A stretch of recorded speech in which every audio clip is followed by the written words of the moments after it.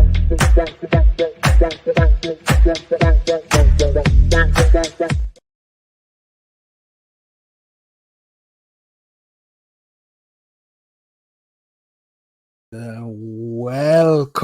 in a new episode with Mike of Fratelli di Rugby, the Italian rugby podcast. Mike, buon venerdì. Happy Friday. How are you? Yeah, I'm good, thank you. How you doing? You good? Good. Finally Friday, right? Yes. I mean, technically for me, I was at a wedding yesterday, so I had the day off on Wednesday, which was a nice little change. But yeah, thank God it's Friday. Thank God it's Friday. Yes, actually, it was a long week. We are still in school too, and it's too hot to be in school. But hey, What's the weather like by you then at the moment? Because I'm looking outside. It's not hot here, mate. It's hot and I don't like it, so I prefer when it's really cold here in Bulgaria. But today, big storm in the morning, but it's already like before, so nothing. Summer sounds like summer is here, but let's see how you spent last weekend, because we were busy boys. Yeah. So I was with. Tell me more about this Sausage and Cider Festival. You want to know? Yes, please. Yeah, so it was my best mate's birthday, so we went to watch the rugby at a pub. I managed to get Benetton on with some pleading on one screen, but then there was no audio. And then on the other, obviously, it was the Premiership final. After that, we went to a sausage and cider festival at Guildford. And mate, it was just insane. Like there was also a shout out to Sussex Biltong. I went and got some Biltong there, and the South African man that gave it to me, it was stunning. So mate, it was insane. Any sausages, like country award winning sausages, European award winning sausages, Polish sausage, like literally any sausage you can think of. There was Italian sausage, but there were less on that. Of course, had to be there, right? But yeah, mate, it was insane. And then obviously the ciders were great. There was a lot of local independent like breweries, as well as like, you know, people that have travelled from Somerset and Dorset way. Didn't see Jake's stuff there, so apologies if Jake's stuff was there, but I didn't see it. But yeah, mate, amazing. And speaking of festivals, you too had a boozy festival from the sounds of things. Yes, I was able to try a bunch of different beer from different places, because there was 2 days of festival. Balkan Beer Bash actually was a really Balkan Beer Bash. Started at 7, ended at 12. I had a lot of beers like from Estonia, a lot of different licorice beer, limoncello sour, limoncello sours from Pinta Brewing, I think, from the Poland. That was limoncello sours. No, man, it was a beer. It was 6% alcohol, but was really, really good actually, and something that wow. When I tried this, I said, okay, I have to come back here and have more. So see you in a half hour, and I've been there a half hour later, because yes, I tried those stuff. Yeah. Couldn't find your way out, unfortunately. Come on, you don't have to find your way out. If you are in good company, you want just to say, "Oops, I'm still here." Oh no! And then I get smart, because I start with this little glass. They give you like 1 ounce glasses. And I said, you know what? Let me buy some more glasses. So I had at the end 4 glasses in a little box. I was pouring different stuff, trying around. So yes, good stuff. Good stuff. Yeah. That's it. Yeah. So for me, that there was I will shout out. There's one. I can't remember the brand, but there was one which there's like the Old Rosies, which are like flat, you know, not fizzy ciders, like normal sort of, you know, West Country ciders. And there's one called Lilies, and they have Old Rosies, and I think it was Old Rosies Mango. So mango cider, it was top, mate. It was absolute top. It was 8.6%, right? Obviously cider's got up a lot higher, but they're getting there. Good. A few of those, mate. Well, it's like drinking squash. You know, you don't know squash. Squash. Now I It's know squash. actually such a Now, good sport. finally, after 1 year of podcast, I know what is a squash. Well, that's the most Comes up more often than we choose to admit. right. The squash, of course, now is a staple for Fratelli di Rugby podcast. Let's say, no, something Maybe interesting. maybe we create our own. Why not? Why not? Who knows? Who knows? Good evening, Fratelli di Birra, Paolo on YouTube, Roberto. Ciao, Robert, my friend. Welcome, hello Ciao, everyone. ciao, ciao. So, Mike, after talking of the third half of Terzo Tempo, right? Yeah, Where all the fans gathered together and enjoy the yeah, rugby, we should start speaking about the first part. So yeah, first yeah. and Let's take second a couple half, steps back. right? Yeah, So, where to start? From Garbisi knock on. Think yeah. about Poor what soul. I could mean, have been better in that that game, changed the or game. just talking about That the applause that we yeah, should do to Benetton in general. What do you think? yeah. I think there's two points to the game, right? First of all, Benetton did what all Italian teams seem to do, which is start slowly. Then, like you said, the Alessandro Garbisi missed opportunity was that was the changing point in the game. Like, although At least the Benetton, score wise, was that's something right, to. yeah, because Benetton dominated like the territory in possession. It was one of those, mate. To be honest, I think we always talk about the mental side of the game, and it manifests itself in funny ways. It seems like at least they weren't as awestruck as they were at King's Arm against Gloucester, but But it's that, isn't it? Yeah, it's the outcome's the same regardless whether it's a far point or a point by a score. So, yeah, first half. What are your thoughts? well, no, just to touch the mental point that you said, no, to bring it, Yeah, try to bring it to also the semi-finals of the URC. yeah, That Bulls start strong, but with Cartley Arense in the yeah, field, and now they're gonna face Leinster with not without, let's say, Kanamudi and KLA. So yeah, that is really mental. Also, the way they push the game against Benetton, but Benetton was really strong, I think, because they were ready there, high latitudes down in South Africa. So that means a lot, I think.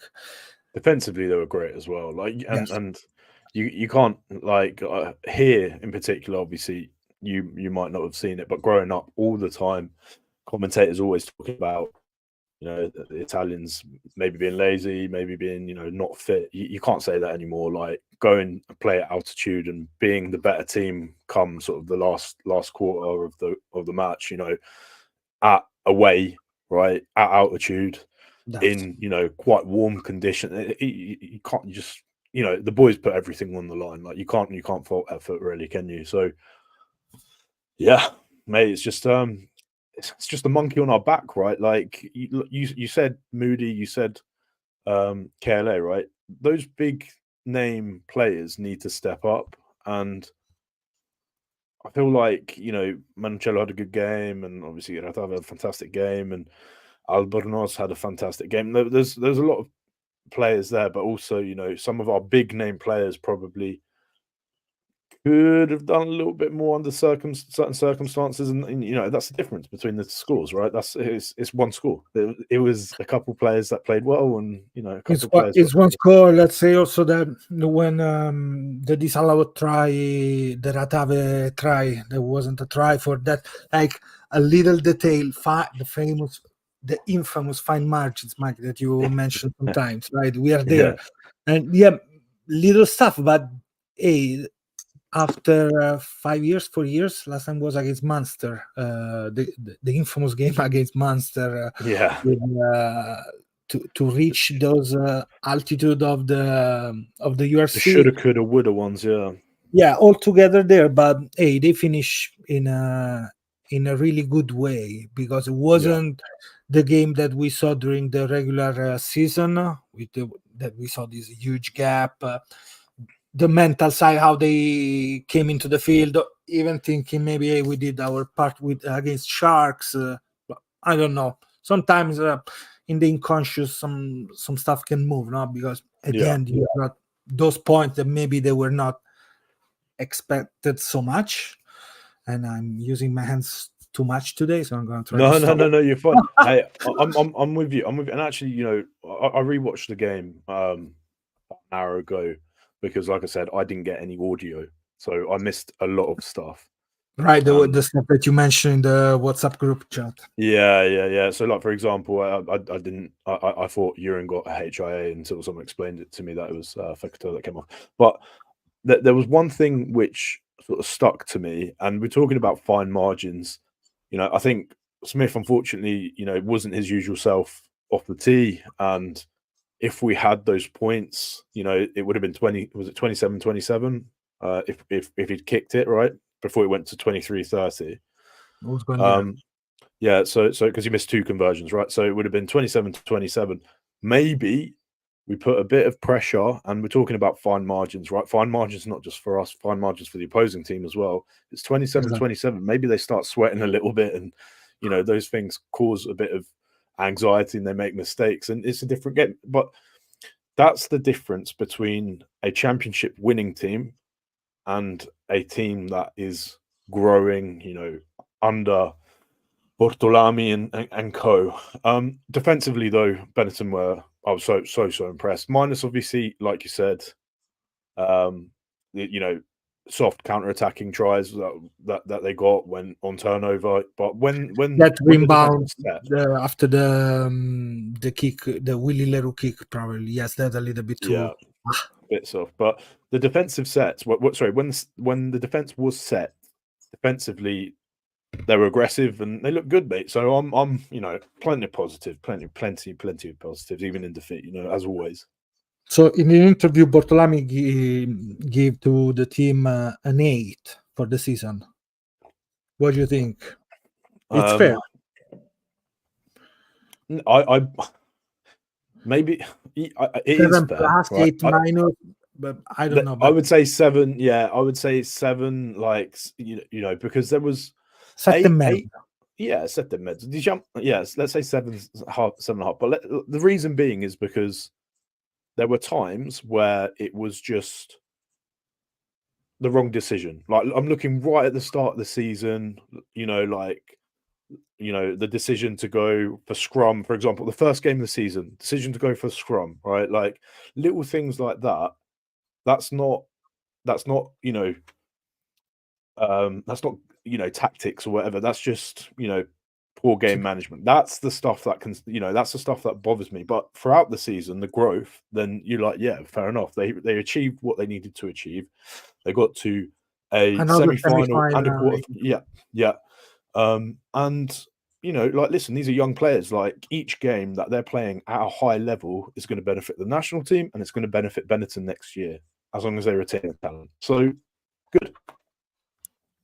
Oh, makes sense. And a lot of players step up, and I'm gonna mention other times the interview that he released yesterday, 2 days ago, so we can go into the situation about Hooker number 2 for Benetton next year with the 2 players leaving, Lucchesi and Nicotera. So it is big players though.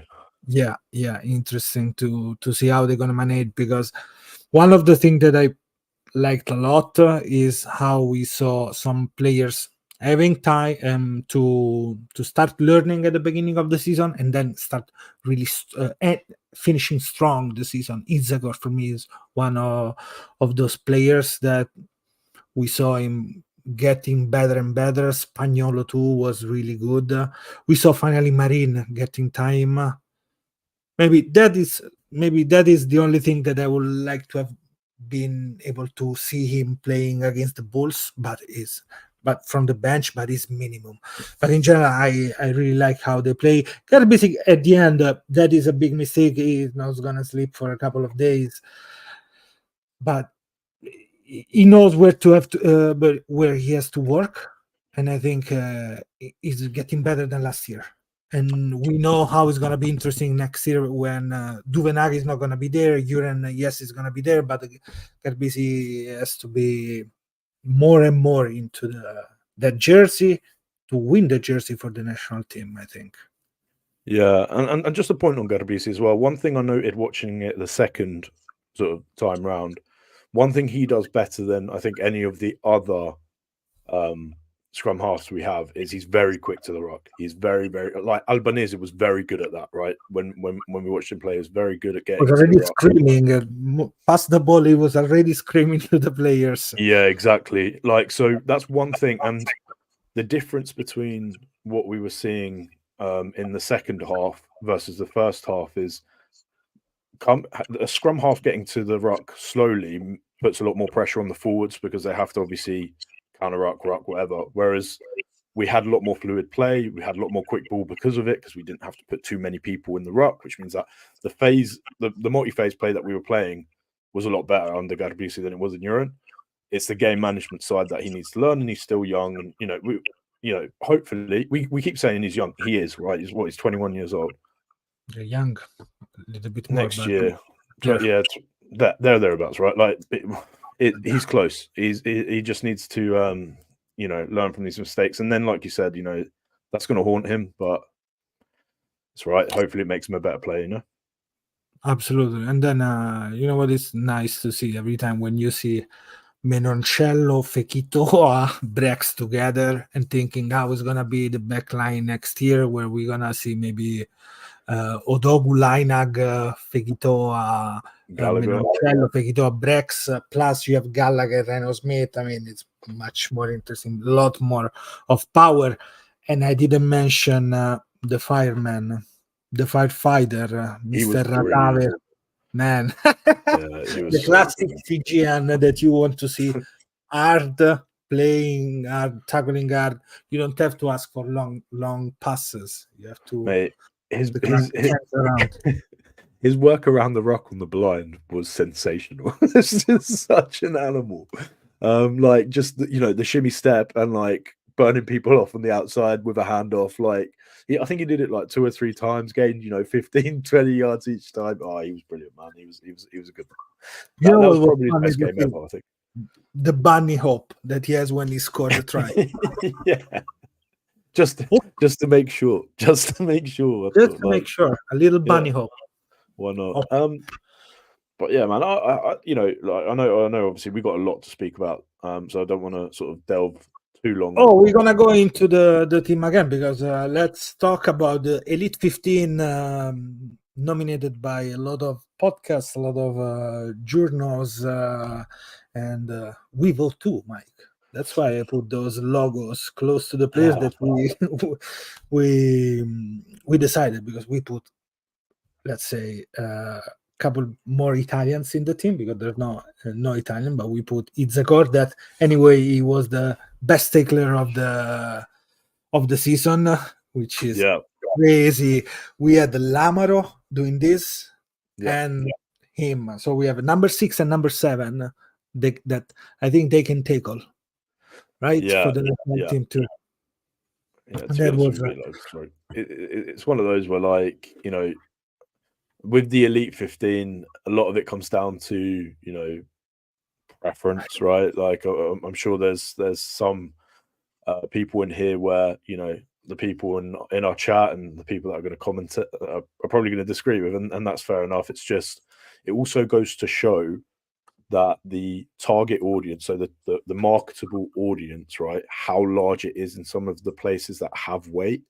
So, if there are a few people agreeing on, certain positions, and then you look at, maybe the Welsh contingent, you see actually there's, this addressable market, maybe, there's 1.5 million people interested in rugby, and then you sort of start building it out, and you can start seeing sort of why it's important to have, people like the South Africans in here and what they bring from a viewership standpoint as well. So, yeah, really interesting, mate. Really interesting. Any standouts for you, or any ones which you're a little bit, not disagree with, but I think in general Ox and Che, maybe not there, maybe I like him, but probably I don't know, maybe not one of the best this year. Probably just because the Shark season wasn't that good. Yeah, And Jamie Ricci, yes, but if we put maybe there Nizekor or Ratave too would been fair, I guess. yeah, Then yeah, Nankivel was really good. Gallant, not that sure, but yeah, Sione Tuipulotu, of course, 13, but he played well too. So yeah. They he's a fit him good in. one. He's a good one. They fit him Let in. them It's good. compare. Yeah, man. Uh, Interesting ones though. Absolutely. So we decided to do our award, the Fratelli di Rugby Award, but a little bit different. We decided a few categories: best player, first of all, the most improved player, of course, Benetton and Zebre. sen- So about the Italian players, or at least I would say the Italian franchise in this case, because we didn't think about other teams. So Zebre and Benetton in this case, the Maverick player and the superhero player, and then I Yeah, let another one for the mentions. Like if we have honorable mention to do, yeah. That's we have definitely. space for that. So best player of the season, Benetton Rugby for Fratelli di Rugby.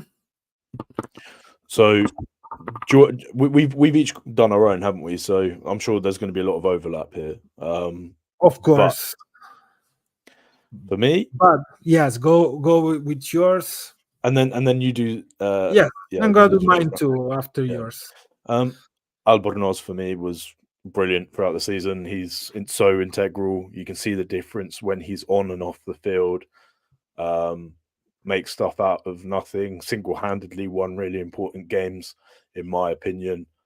Um, he's so integral to what's good at Benetton, and particularly this season. And yeah, I think he's absolutely the standout player for me.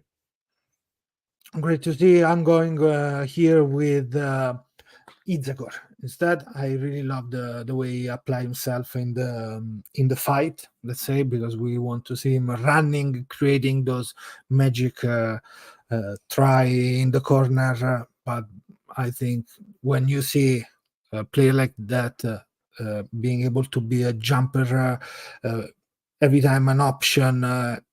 Tackling being outstanding because in front of him as Seb Negri too, which is a Yeah, great player that works on that stuff, right? Tackle, yeah. running the ball into three defenders, breaking the wall. So I go with Izekor here. So we have Albornoz and Izekor, two players. Let's go now.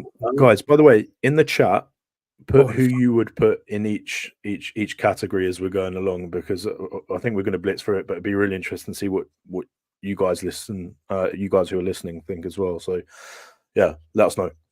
so best player for Benetton, but of course we have to speak about Zebre, and let's do it. So who is the best player of Zebre?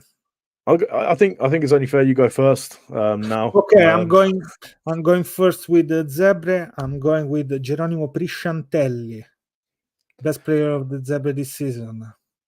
I like Yeah, the way he play Geronimo. Seems low, then it's so fast too when he attacks from as fullback. We know him as a 10 fullback. I like the balance that they were trying to create with Montemauri last year. So I'm going with Geronimo. nice. Yes. Yeah, I've gone for Fischetti, only because he has brought something that I think Zebre have lacked in recent times. I think it's one of those where they've had good players at prop, but having someone who has that test experience, that understands what is required to be at the top of the game, who's also just come back from the Premiership and has exposure to that. Aside from what it's how much he's influenced the front row. So for me, good on you. And yeah, I just think he's been brilliant. So we have those two, and that's interesting to see two different players to quality player. They can play in other teams too, for what they're representing every time. Let's move now on the most improved player of the season for Benetton. Oh, which one is yours, Mike? Yeah. So, like I said, there's undoubtedly going to be some So crossover over, here. Yeah. yeah, So over. for me, Izagor, I think he grew into the season. He definitely took his opportunities. He was good at the start of the season, but I feel like he's a lot better. The back end of the season, he was brilliant. He's not like someone who was good at the start of the season and just from the get go. Like for me, I was ifing butting about like Spaniolo here as well, but he was just good from the get go. Someone like Izagor had to work for his position, had to work for his game time, and he deserved it. And by the end of the season, you can see what he brings. You can see what direction he's going. You can see, he's almost there. And the start of the season, back end of the season, the tackle success, everything that has gone to him, he deserves. So for me, Izagor. Isegor. I'm going with Onisi Ratave, 1 year to understand how to play in Europe, and then smashing all everybody. Let's see. Hard to argue. Hard to argue. He was up there for me as well, especially after the last game, man. He was just best player on the pitch by a country mile. So Sometimes he's really unplayable when he try to attack 1 versus 1. Is there okay? I'm gonna use my hand on you. I'm gonna push you away. I'm gonna boom foul you, and I'm gonna go. So I don't care. Let's put Ratave there. That's superhuman it strength. for him. Let's go to Zebre, which is interesting in this season. Who is the most player? I would like to read a couple here because a couple of mentions, because Robert wrote before about Izegor. He played in every single URC game, incredible durability. For the Zebre, the best player for him was Zambonin. Now went to shit when he wasn't there. Actually, he played a lot of minutes, 1,000+ minutes in the URC this season. So one of the players that play most minutes in during this season in the URC. Then I didn't put the rest. Zebre, Montemario, Gengzotrula, Asa also, but let's see. For me, of course, Josh, our Zebre fan, goes with Montemario, Gengzotrula, or Asa about the player. I'm going with one player, which is Asa. Who was expecting to see a player like him playing on the left side, on the right side of the field? We put it in our top 15 this year just because we saw this difference and how he grew up. Other mention could be been for Benetton Spagnolo that we didn't say anything about, also because we saw him how strong was with the national team, and he's going with the national team. But hey, Asa was good. Thinking how finished the first game of the season, no? When he had that chance after the weird call from the scrum. Okay, tap penalty, and they lose the last ball when you were able to win against Ulster. But from there to finishing really strong the season, that was a great improvement because we were waiting those players. Now the former Padova front row, the Petrarca Padova front row they won 2 years ago. And here we are. Yeah. Mine's the same. I think he's absolutely the most improved player. He's been brilliant, man. He to the point where he was nowhere near discussions of national team, and I think everyone was slightly surprised. Anyone who watches and follows Italian rugby was probably slightly surprised not to see him included. Which obviously we'll go on to in after this segment. But it's just at the start of the season, if you ask me, would he be in there? It'd be a resounding no. So it goes to show how quick development happens under the right circumstances, and iron sharpens iron. Like I said, for me, I think having someone like Fisco there makes a massive difference because iron sharpens iron. They're competing. He understands. He's exposed to a different mentality, a different maybe training. They're pushing. He's pushing for minutes. He's seeing like this.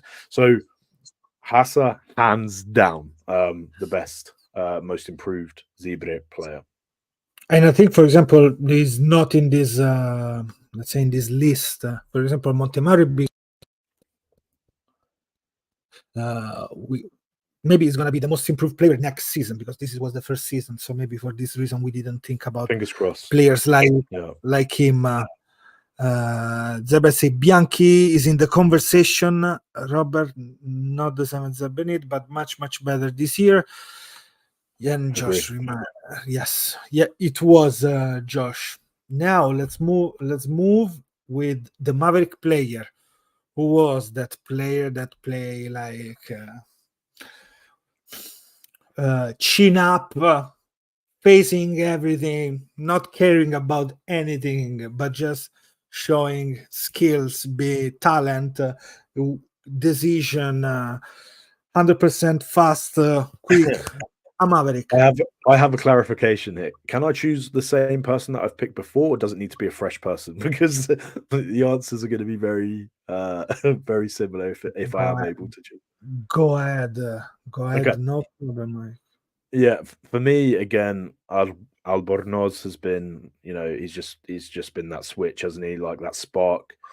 If I wasn't allowed to pick Albornoz just for, a bit of balance here, it probably would have been Smith, but I just don't think he's been as impactful in terms of converting those, points of genius or, mental into, points. So like for me, yeah, I think he's just single-handedly won games. So yeah, Albornoz. Man, Albornoz, that's for me too. Is that kind of player. Some couple of games I remember, like he was coming from the bench. Just okay, now I'm gonna decide the game how he will play. He was loose, completely loose, ready to. So yes, let's put it there. Even the game against Bulls, he did a couple of magic runs because he loves to run more than the killing pass. More than he loves to run to find the space and then release the pass, which is really interesting the way he's playing. Lovely try as well. Yes, and we're gonna the use of the kicking behind the chip kick was always on point. I think we're gonna see him in with the Pumas soon, I guess, because come on, it's time. He's their best 10, right? And I know you're a Gloucester fan, but like let's call it duck a duck. He is their best 10. Contepomi said before the when he came in charge of the Pumas, Carreras is our 10, which is crazy thinking how not much space at Albornoz. A couple of games from the bench, 5 minutes, 3 minutes, kind of like that. Because I remember I was trying to do the spotlights of the game on YouTube, but I said, okay, cool. What he tried to do? All what we said that he did during the season, he tried to compress it in 3 minutes sometimes. And hey, it's hard when you don't have space, game time, international level. But hey, lucky the Benetton that has a great player that doesn't come off from injuries when he goes with the international team now. Tocchiamo ferro, touch wood, touch whatever you want, scratch what you need, Mike. But hey, we don't want anything to happen to Albornoz. Okay, so yeah, for sure. Maverick player Albornoz for both of us, and let's go to the Maverick player of Zebre Parma. Oh, shall we say the name? Should I say the name? Please, I'm gonna put only this guy. This guy is always this guy. This Gangs of Trulla. Why Gangs of Trulla, guys? Go listen to our previous podcast and you can say more of Gangs of Trulla. Yes. Trulla, Maverick player. He doesn't care. he doesn't care how big you are, first of all. If you have to argue about physics and literature, he doesn't care. It's about the size of it's not about it's not about the size of the dog, it's about the fight in the dog, right? So right, you can be an Irish number 6. You can be a Scottish Loves it. number 5. You Oh, can be a just French 13, a Fijian, whatever. He's gonna talk. He's Honey gonna let Badger you don't care. Honey Badger don't care. Honey Badger don't give a shit. He's Socrates against some Monty Python-esque situation in the middle of the I, field. I think, yeah, I think he probably deserves the nickname Honey Badger. Hey, Trulla, I know you listen to us, mate. You are The now the Honey Tasman, Badger. the Tasman Devil. Oh, And, even better. Yeah. Tasmanian Devil. Small, just pumped to the Trul- testosterone. Just wants to the fight Trullian Devil. Anyway, so we go with Trulla, classic Maverick. If I have to pick another Maverick for the Zebra, for me, it's Prishantelli. Yeah, that's actually mine. Prishantelli, I think, is again similar, like got that Latin flair. Similar to Albornoz, sorry, where he's made stuff out of absolutely nothing. Particularly when he has time and space at 15, he seems to spot those gaps, and you know, he's almost unfortunate if there's a couple of sporting lines, those probably would have resulted in tries of the season type thing. So yeah, I'm happy with both. It was fine between Prishantelli and Trulla, to be honest. So yeah, boom. Superhero player, Benetton. Who is my favorite? Should I start, right? Please. And here, I know your answer, but I'm going with another one we mentioned before. So I'm going with no. Actually, let me change. I was going to say Ratave. I'm gonna say Menoncello perché why? Menoncello is Menoncello. He's young, he's strong, Yeah. he's fast. He's managing his hands better. He's passing, and he's becoming a Swiss knife. You can put it like Marina.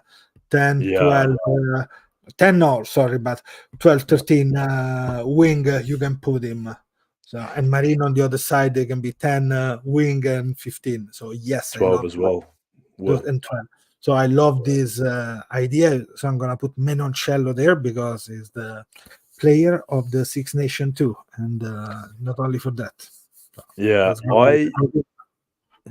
I've I I picked quite a random one on the face of things when you look at like picking Menoncello or Brex or something like that. But I'm picking Toa Halafihi because when it mattered and in the games that it mattered, he with the red scrum cap, right? This his new superhero cape, red scrum cap, has come out and played sensationally against the best opposition that we could possibly put in front of him, and he's always been a standout player.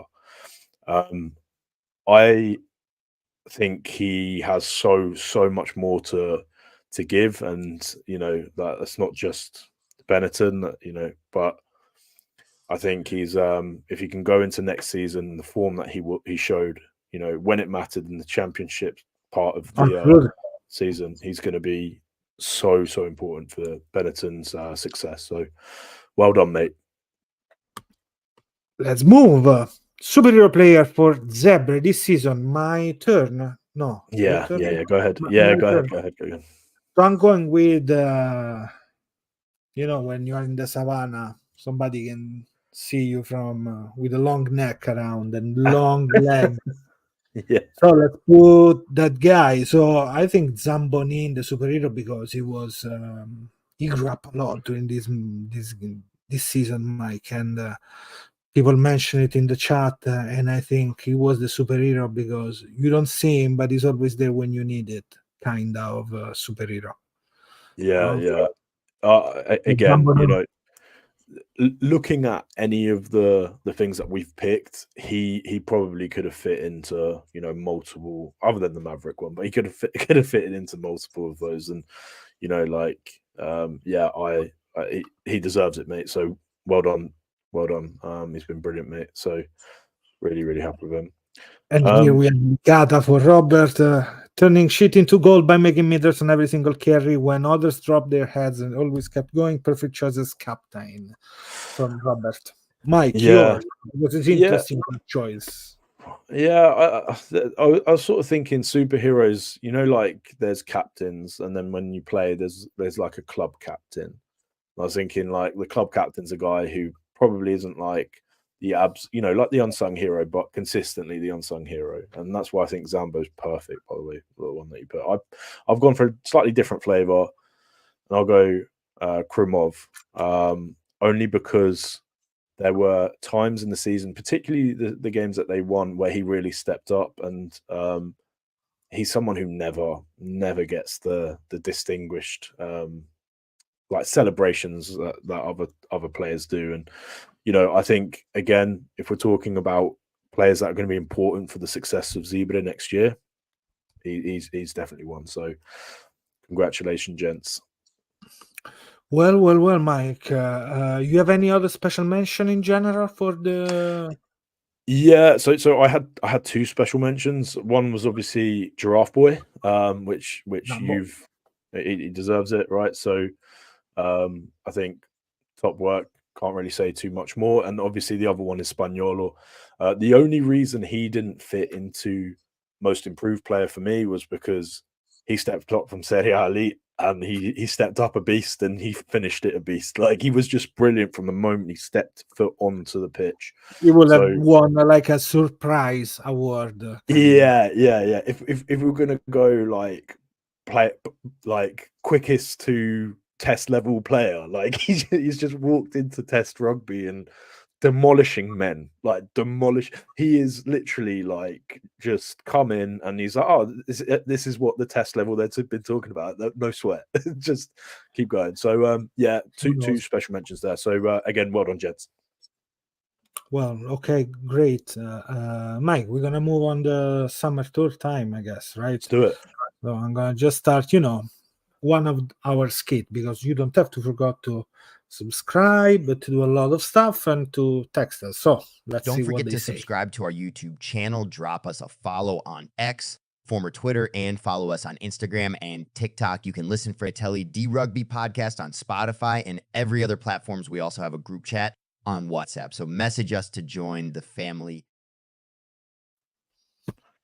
And Boom. here we are again. In the meantime, boom. Mate, good comments. energies on that WhatsApp. Like so funny, some of the discussions. So like, guys, if you're interested, just drop us a message, comment on this. We'll send something. If you're passionate, if you want to know more about what's happening in Italy, sometimes we try to give some infos about players. Just now, speculation, a lot of speculation, a lot of beers. We love a speculation. Yeah, a lot of sausage and cider, stuff like that. But honestly, like, I didn't think I was going to survive last week. Honestly, I survived 25 taste of beer, so yes, we can do it. Yeah. That's right. We built our tolerance. So I'm still white. But yeah, I think for those of you guys listening, WhatsApp group, great to have more people. I think we're into sort of several dozens now. So 30, 40, 50, I can't even remember. So we're up there. And like I said, you'll find some interesting people. There's some people like Joshua and Lupo, who Joshua is Lupo, by the way, but like there's some interesting people that you'll get to have conversations with. So yeah.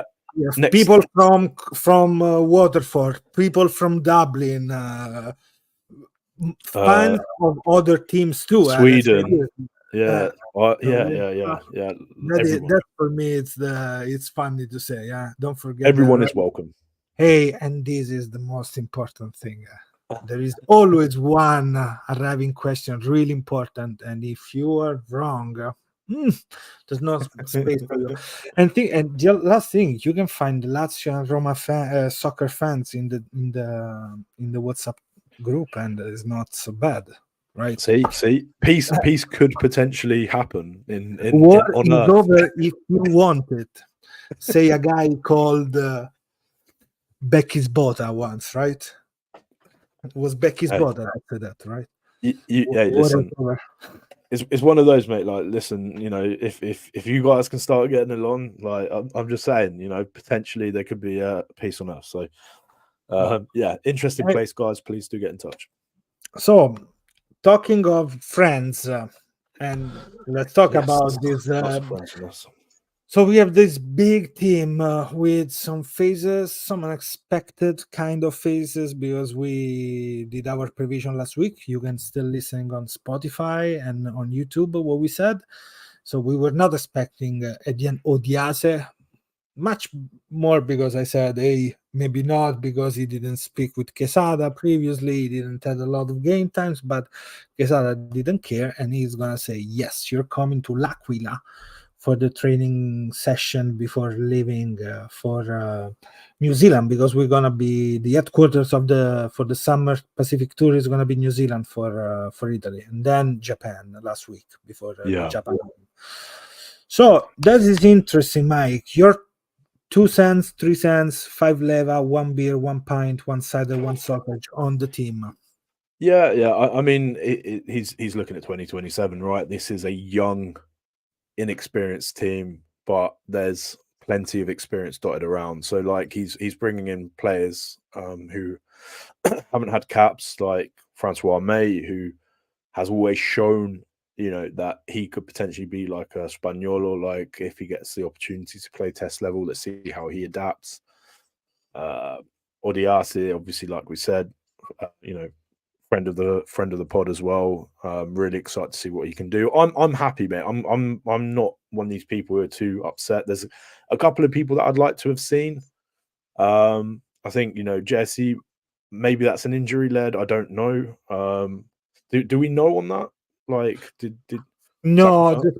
so on the other group chat, on the we chat a lot about jazz in general, and probably, but even in the Fratelli di Rugby WhatsApp, we said like maybe the defensive skills are slightly different than what Johanna can bring there, what kind of lineup does. So probably that is something that doesn't put him in a good light if you have to put it with others. Of course, we know how he wants to run, attack, how good is in that, how fast it is.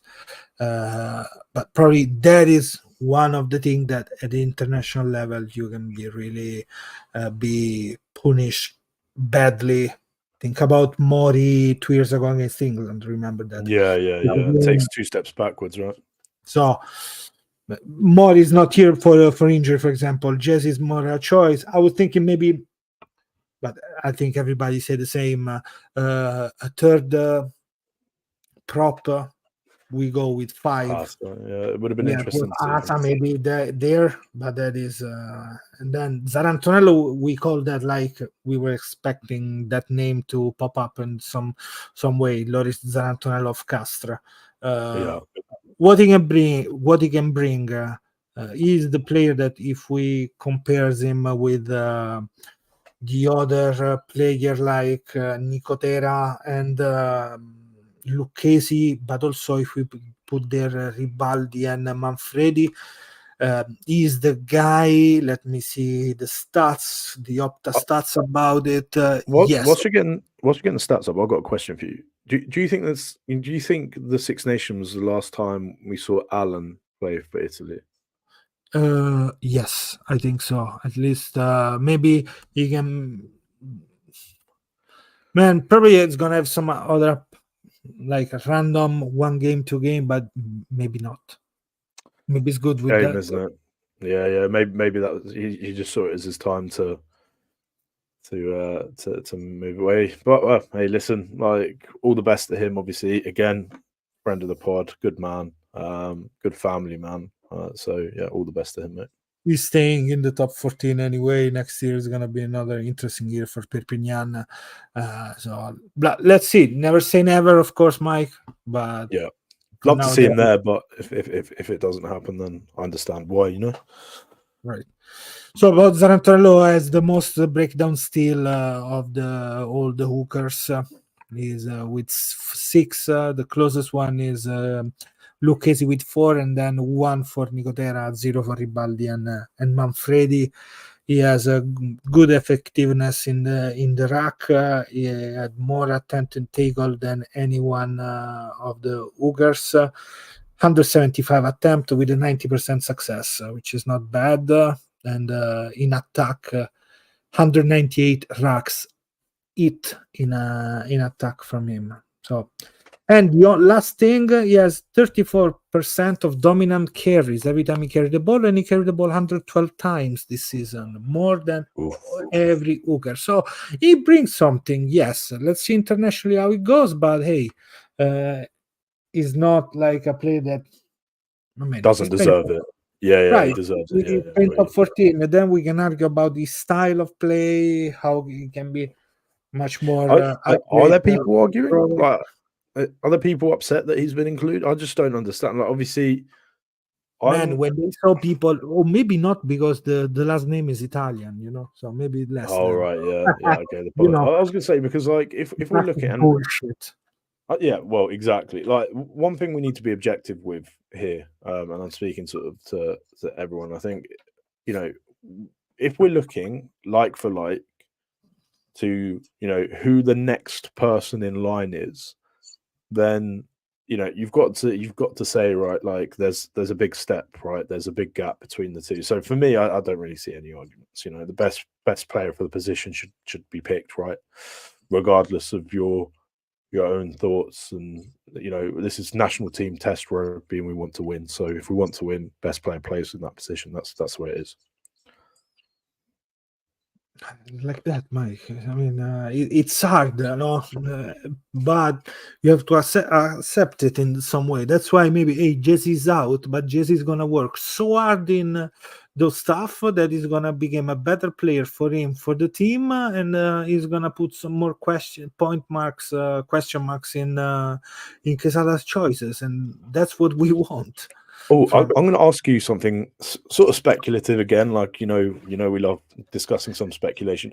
So, obviously, there was a big discussion when Brunello got appointed as Zebre head coach about the connection between him and the national team. And obviously, over the past couple of days, there's been some interviews that have come out, and there's been some people speaking about the lack of players that are being developed from Zebre to the national team. Do you think that the players which aren't included, like the jersey and stuff, Brunello's going to basically be developing them for what is the picture of Italian rugby? So, like, this is how Italy want him to play, so this is how I'm going to develop him to play. Do you think there's going to be some sort of almost like a pathway from Zebre, direct pathway now? Do you think that should be something like that, Mike? In general, I think. Why more than everything? Because we are in a situation where the Zebre is owned by the federation. 100%. It's not a private half and half kinda like Benetton. And for that reason, I think it's normal to think about, okay, this is my franchise, I'm gonna use this franchise. I know Lupo Joshua doesn't like to hear this, but like a development team, like they said, not me, but they said that way. So of course you want to see some players playing in certain positions, maybe too. That's also is interesting to understand, and those players has to be ready to be called. Of course, the Brunello knows really well some of those players, and maybe he's gonna push something stronger. He's always the mentality of the last under 20 for us was always strong scrum, pushing hard, forward work. So that is gonna help creating a better team for Zebre. Quite sure. If we're gonna be able to manage a defensive mold properly, right? If I'm on the Zebre mind, what is if I'm Brunello now? Okay, line out is going better. What we have to do, stop this situation with from the defensive mold, because we are suffering so much that for me the focus was there, the first one, and from there moving and giving the right opportunity in attack to the backs, but also trying to push something more in the backs, because you don't need only Lucchesi, Morisi. The drop is too significant when some players don't come in early. So that's why I'm wondering maybe Paya next season is going to be better, because he lost the first part of the season for injury right away after one game. So maybe Cambriani, I know, but then Montemari is playing. If Feden is away, I mean, it's okay there, the situation. But yeah, I've got a question for a fan. Go ahead, go. So do you think, right, the past few seasons where Brunello has had the opportunity to focus on, very forward dominant people, do you think that he can develop a game that's going to encompass some of Zebra's strengths? Because obviously they don't have that forward dominance that they did in the under-20s. Kinda. I think he's gonna push a lot there, because Mike, you have to have good set piece. You need good defense of those situations where. Look at the last game against Glasgow. Glasgow scored almost one try a game, as we said, through Mall. Against Zebra, they scored 2 times, 3 times from situation like that. Every time in that way, if you try to attack for 50 meters, they kick you one time from a breakdown, still a juggle in the breakdown. You go back 50 meters, and you know that you go back to the center of the field with 7 points on your shoulder more. And you don't want that. Three, Robert. Okay. So all Connacht compared to Leinster. Okay. And that's true too, what he's saying, Josh. So I would like to highlight this. There's a development team. There is a team that can win that developed player. I hope for the second option here for Zebre. Some players are reaching that spot, but it's a long way. It's hard, and I know it sucks. We want results, but you have to. It takes time. Process. Time when you can get, when you lose some situation at the beginning of the season, like a new player that was important for this team, like Polledri, and then injury Cambriani.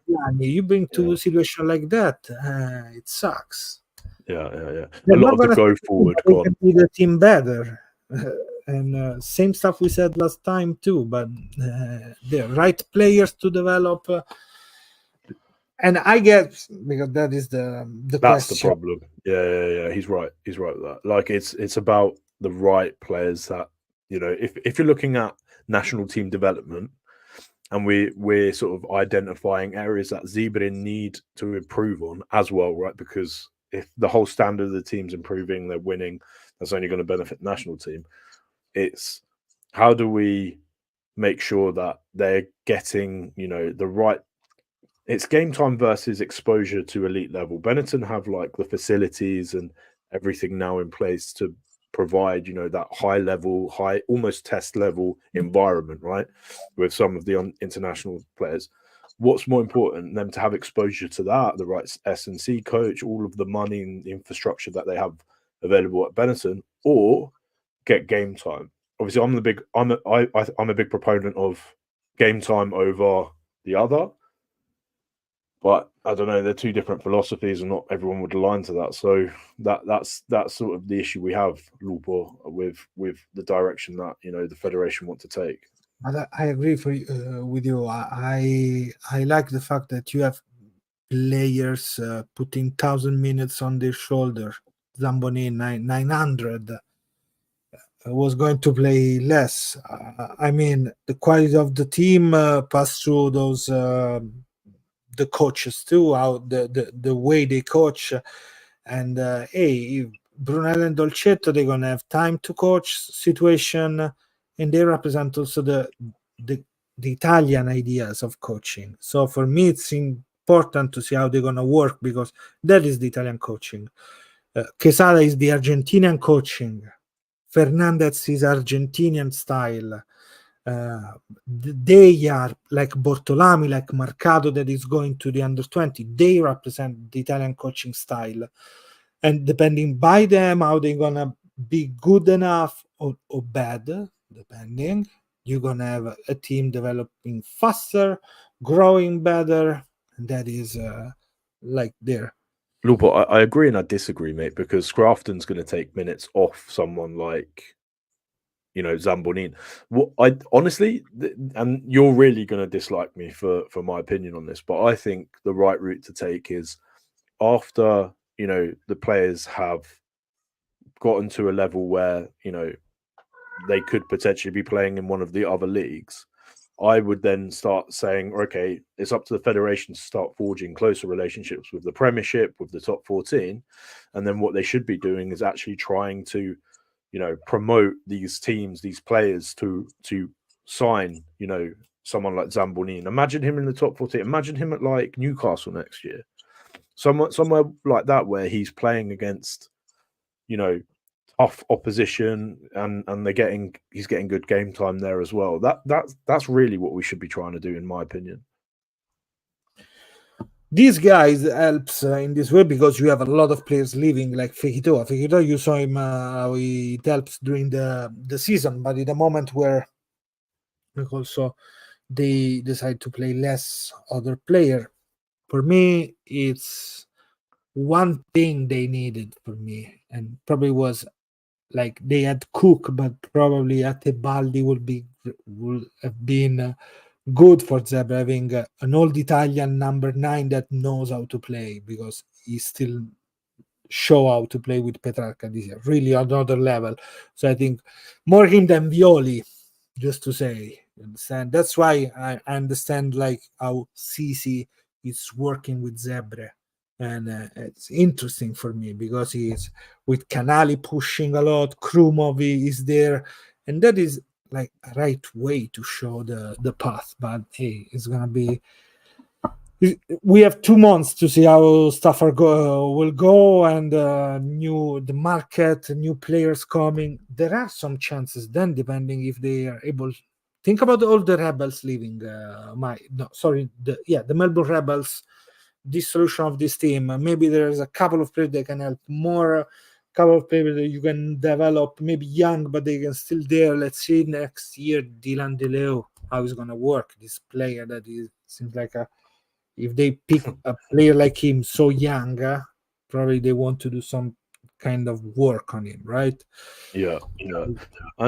And just to answer your question, Josh, no, it's not your top talent always going. It's if there are positions where we can have, like, because I think Krumov, like I put him as your superhero for the year. Like, I don't want him to go anywhere. He needs to be there. He needs to develop the younger upcoming players. They need to understand, his journey and how he's now competing with some of the best players in the world. So no, it's not that. It's if there are positions, right, whereby we're talking, okay, Zambonin's done 1,000 minutes, as Otto said, this season. Great, like that he's probably hit a quota where actually there's probably some younger players coming from the under-20s that we should be also looking to develop, right?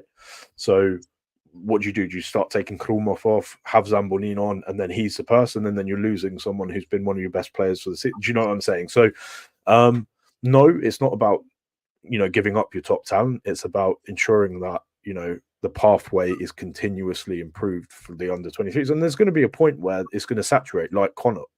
You gave Connacht as an example. What happened with Connacht is they saturated the 4 franchises, and they were still developing fantastic players, and Connacht suddenly became a super competitive team. So it's there. Mike, we should add another franchise. Come on. Oh, we need a different kind of stuff, because we need another step between, and of course, cash money to pay. I don't know. Let me think. Jordan Welese, players like that, maybe from Southern Hemisphere or some other places in the world. Whatever you need. In case you need it, you have to pay these guys, and if you don't have those money, I think.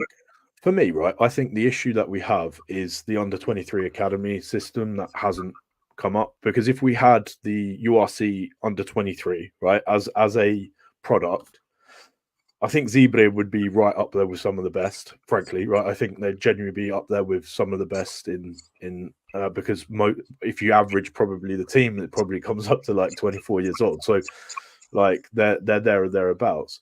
That would we would only need 2 franchises then. right? Ideally, we'd have a third franchise, but if we had the under-23 academies, we could sustain the 2 franchises, and then, like I said, probably have to look at pushing some of our talent abroad, but it'd be there or thereabouts. It's gonna be a challenge, and I'm wondering how it's gonna be managed politically for the election. Election can be next year, I guess. So let's see how much they change, if they're gonna rechange everything. Maybe one day we're gonna try to bring some infos about the 3 candidates at the moment, Duodo, Giovannelli, and Innocenti, and see what they have for Their policies, the manifesto. policy. Yeah. The lies, the classic, no? Because you read something and then but you said it. No, well, that is, no. I think you misquoted me, right? I think what I meant to say was no, you are wrong. That is the classic, right? Something that can Yeah. happen in every moment. Mike, let's close. Let's wrap up. But before wrapping up, I think we should go and see the Samoa squad, because we're gonna play against Samoa, and there are some big changes in the squad, I guess. So let's see for 1 second the team. Who's missing in this team? We didn't see Christian Lalifano, of course. Lima Sopoaga. Yeah, Umaga. Crazy that he's Jacob not been picked. Umaga maybe is going to be able to play against Spain, because it's going to end up in early July. Is the 3 years since the last cup. Does that mean he's not allowed to train with them either? Then, like, I actually don't know what. Like, I don't think you can train at all. I think you can just. So probably he's gonna. But Umaga can play against Spain, with all the respect to Spain. Easy, depending how many passports Spain bring every time, right? If they bring the under 18s are fantastic, aren't they? Like yes, strong, good, but still Umaga can put them in a pocket. Let's say se li mette in tasca. Then, of course, those 2 players, Chris Luatua and Steve Vui, missing from this squad, and they were all players that we know really well because they Bristol players. He's having a baby. Hey, in Italy, right? We want to call him Gino Umaga. Yes. Giuseppe Umaga, Italian qualified player. Congratulations, but congratulations in Italy. Don't move. Jacopo Umaga. You can call all right, he's adopted now. Jacopo Umaga. Okay, but so missing those players, they still call Alapati Leiua, D'Angelo Leiuila is playing Danny Toal. I mean, my man, we are stronger than Samoa. Well, we are, but also like we were talking. We have to play. Yeah. It's not a team that nothing's given for us. You know that. So he's missing Alalatoa too in this team. I don't know if it's gonna be called after, or depending what lanes are happening. Or I don't remember if there is something. How old is he? I think he's like 38, isn't he? Alalatoa. There is a stop to the Samoa. Let's see. Michael, 32, my man. He's only 32. All right. Sorry, mate. Get some sunscreen on. Just get some sunscreen. You'll be right, mate. This is this in the picture is Alapati Leuia, former Sharks, Exeter, Bristol, wherever he was playing. He's off to France next season. I think he's going to play somewhere else next season. But Samoa squad is out. We're gonna see what Japan is gonna bring us, what Tonga is gonna put there, because maybe a Malakai is gonna be there, maybe a Pitaki still in the mix, maybe Suamaile, another friends of us, because let's see what they're gonna bring into this team next year. Akira Ioane, former All Blacks, Maori All Blacks, Blues player, he can be called by, I think, Tonga and Japan. because he was born in Japan, Interesting. but he's also Tongan heritage. So who knows if they're gonna get that player. But anyway, Samoa, Tide 5 Rugby. Thanks for the graphic. You can find Tide Christian and everything Tide 5 Rugby on majority, let's say, on Twitter, because they're strong in this fabulous graphic. So credits Very to close them. friends of ours as well. So Yes. good on them. In our nice WhatsApp group too. So let's go follow them. And that's it, Mike, for today. 1 hour, 10 minutes flow away between Sausage Cider and Gangs of Trulla. So what you going to do this weekend? You going to be Yeah, that's a good cruising question. around? I think I told you I've just gotten into golf, so I might try and get out to the course and hit a few balls and lose a few balls and break a few clubs and repeat. Rolling So, down the hill in the Gloucester sand. Cheese Festival. That's going to be me, mate. Tomorrow, if the sun is gonna be strong and high in the sky, the barbecue is waiting for me. So yeah, nice. Tomorrow It's going to be barbecue South African braai for you, right? a braai, of course. You have it, Bryce. Leka. Yeah, man. Yeah. Anyway, I'll love you and leave you, but My buonanotte, friend is everyone. Buonanotte, everyone, and of course, give us a thumbs up if you want, a like, whatever you want. Follow us, listen us on Spotify. Tomorrow this is gonna be out. And Mike, sigla, let's go. Nos vamos, Forza Italia, ovviamente. And bye bye. Forza, let's go.